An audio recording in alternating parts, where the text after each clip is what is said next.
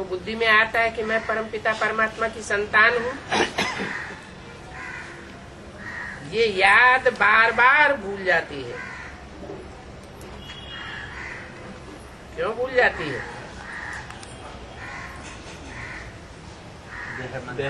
क्योंकि 63 जन्म के संस्कार पड़े हुए हैं देह अभिमान में आने के।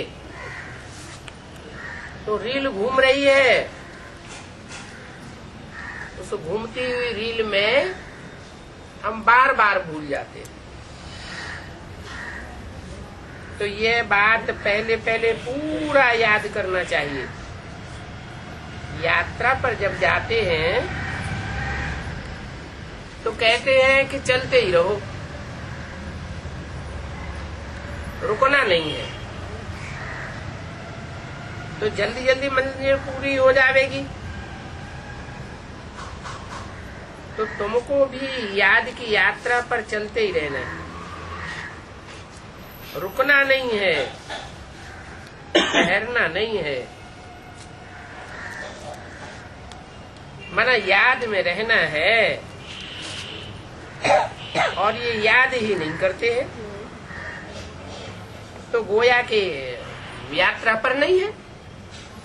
याद करते हैं तो यात्रा पर है, याद नहीं करते हैं तो यात्रा पर नहीं है।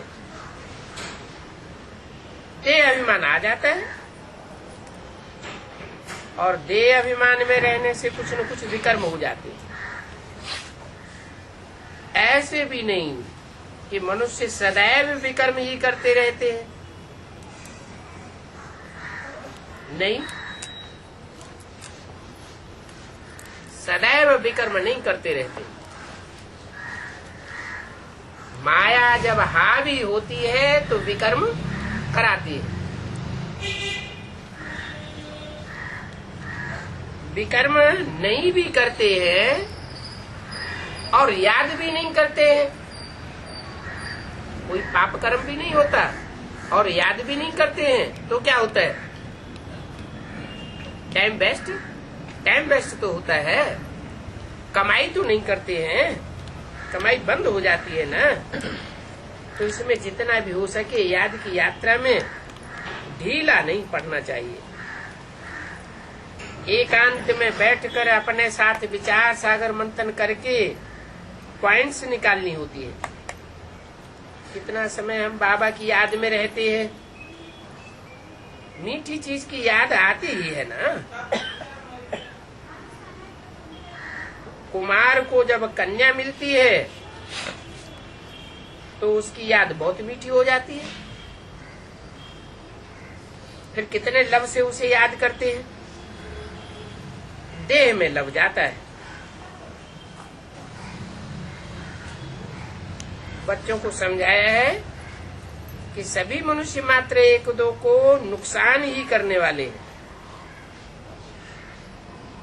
एक बाप ही है जो आत्मा का परिचय देकर फायदा पहुंचाने वाला है। तो फायदे का काम करना चाहिए ना।